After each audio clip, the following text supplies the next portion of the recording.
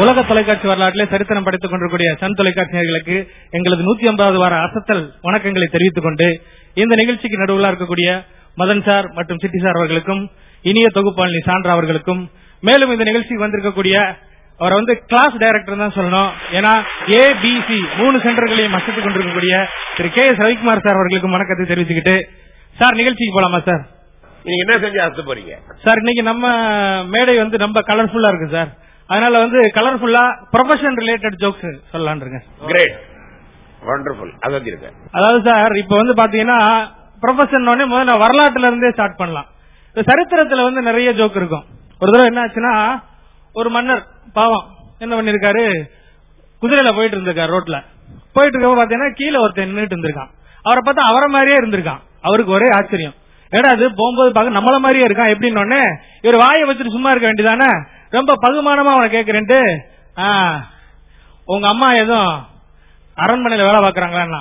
அவன் சொன்னா, இல்ல சாமி எங்க அப்பா தான் அங்க வேலை பாக்குறாங்க. முடிஞ்சு அதோட போனவர் தான், வரவே இல்ல.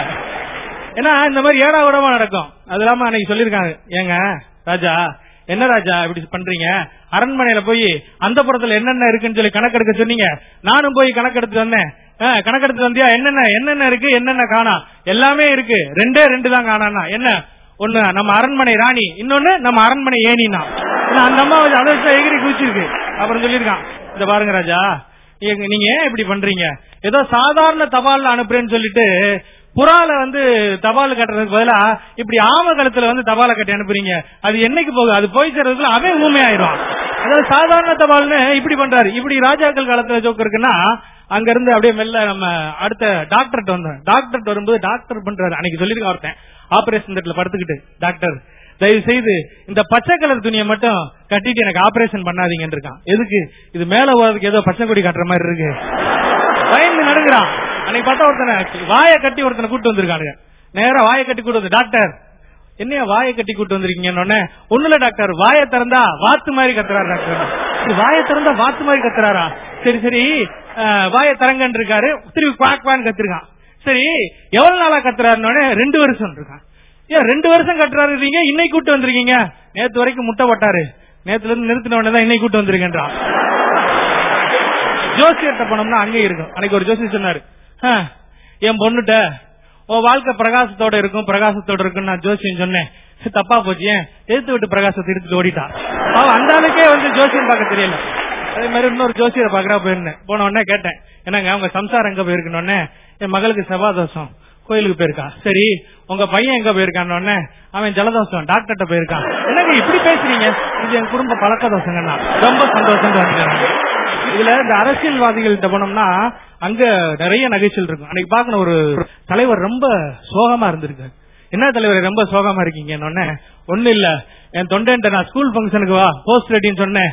அவன் பாட்டுக்கு முதலாக பள்ளிக்கூடத்திற்கு வரும் அரசியல் தலைவர் சொல்லி போஸ்ட் அடிச்சுட்டான். ஏன் மானத்தை வாங்குறாங்க. அன்னை இதே மாதிரி இன்னொரு பண்ணிக்காரு, ஒரு அரசியல் தலைவர் பார்த்தா அடிக்கடி போய் மழை பெய்யும் போது ஸ்கூல் பக்கத்துல போய் நின்றுட்டு இருக்காரு. ஏன் தலைவரே மழை பெய்யும் போது அங்க நான் மலைக்கு கூட ஸ்கூல்ல ஒதுங்கலன்னு எவனும் பேசிடக்கூடாது இல்லையா, அதனாலதான் நான் பாருங்க.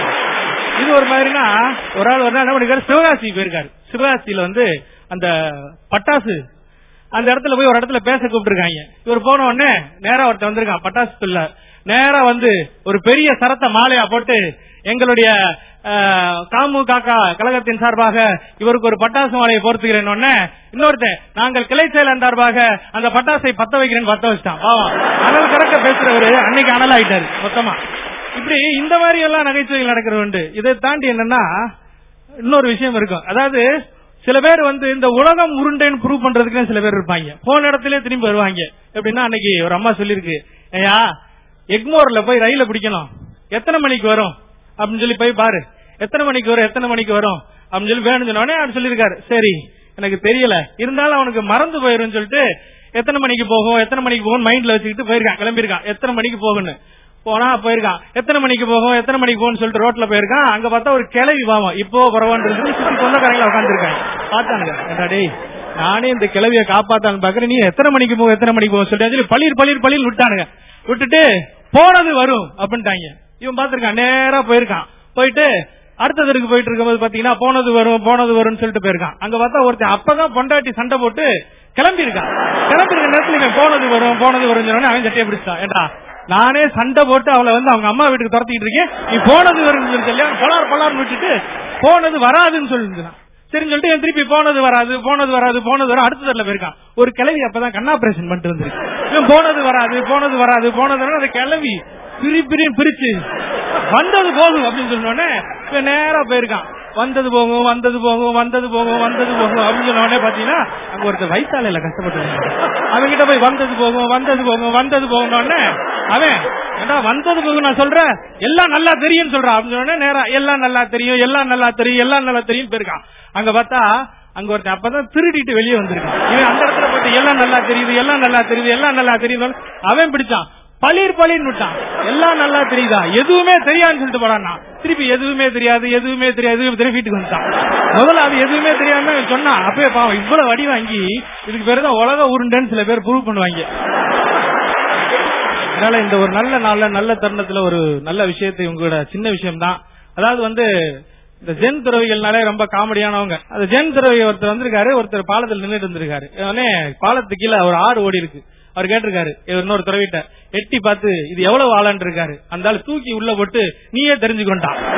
இது வெளியில பாக்குறதுக்கு நமக்கு சிரிப்பா இருக்கும். என்ன விஷயம்னா எந்த விஷயத்தையுமே மேலோட்டமா பார்த்தா அது ஒண்ணுமே தெரியாது. அதை ஆழமாக போய் பார்க்கும் பொழுதுதான் அதுல இருக்க விஷயங்கள் தெரியுங்கிறதா அந்த தத்துவம். அதனால நம்ம அசத்தப்போகிற நிகழ்ச்சியில் எந்த விஷயத்தையும் மேலோட்டமாக சொல்லாம ஆழமாக சிரிப்போடு சிந்தனையும் சேர்த்து கொடுப்பதால் நம்முடைய அசத்த பகுதி யாரு இந்த 150 வாரத்திலும் நம்பர் 1 திகழ்ந்து கொண்டிருக்கிறது சொல்லிக்கொண்டு இந்த நல்ல வாய்ப்பினை கொடுத்த உங்கள் அனைவருக்கும் நன்றி கூறி விடுகின்றேன். உங்கள் அன்பு அசத்தல் மன்னன். நன்றி. வெரி குட், ரொம்ப நல்லா இருந்தது. Thank you sir. ரவிக்குமார் சார் பண்ணது எப்படி இருந்தது? கான்செப்ட் நல்லா இருந்தது, உங்களோட பெர்ஃபார்மன்ஸ் நல்லா இருந்திருக்கு, ரொம்ப நல்லா இருந்தது எல்லாமே. Thank you sir. நன்றி. ரொம்ப விறுவிறுப்பாவும் கலகலப்பாவும் போயிட்டு இருக்கிற நம்ம நிகழ்ச்சி அடுத்த வாரம் தொடரும். Don't miss it. அசத்த போவது அல்பதாயோ சிரிக்கவப்பா இருபதாயோ ரசிக்கவப்பா ஒச்சனரா அசதிங்கதா சத்தவானயா சிரிக்கவப்பா அசத்துறானங்கப்பா